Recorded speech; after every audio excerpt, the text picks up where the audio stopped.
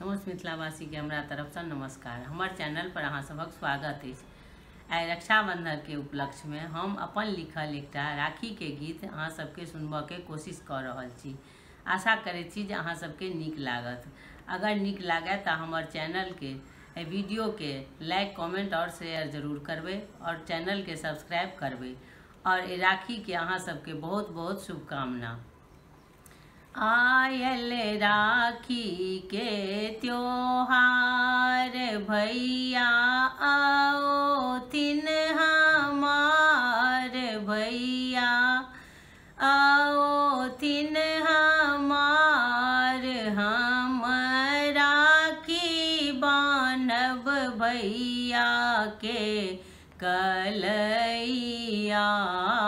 में हम राखी बान्हब भैया के कलैया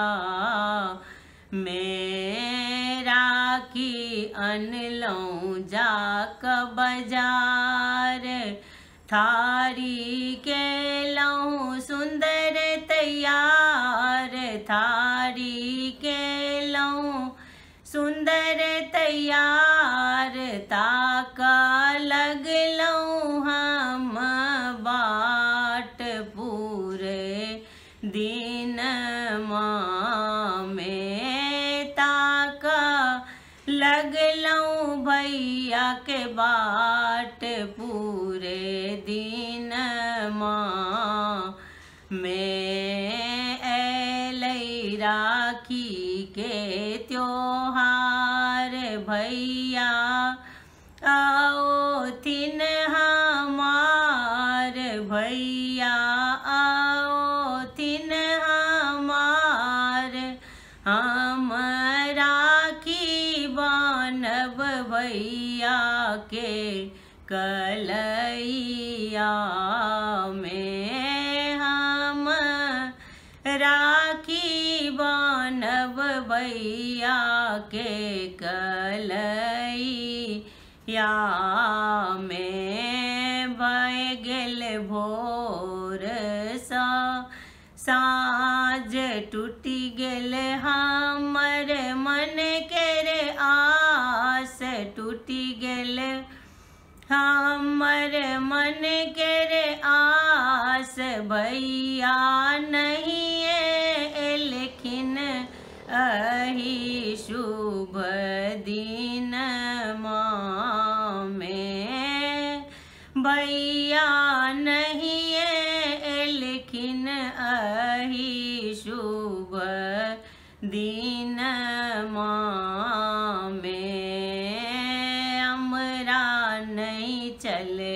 ई उम्मीद हमरा नहीं चले ई उम्मीद भैया बिसरी जेता बहिन भैया बिसरी जेता बहिन एकटा फोनो नहीं केलनि मंगल दिन में एकटा फोनो नहीं केलनि मंगल दिन में ऐलै राखी के त्योहार भैया आओ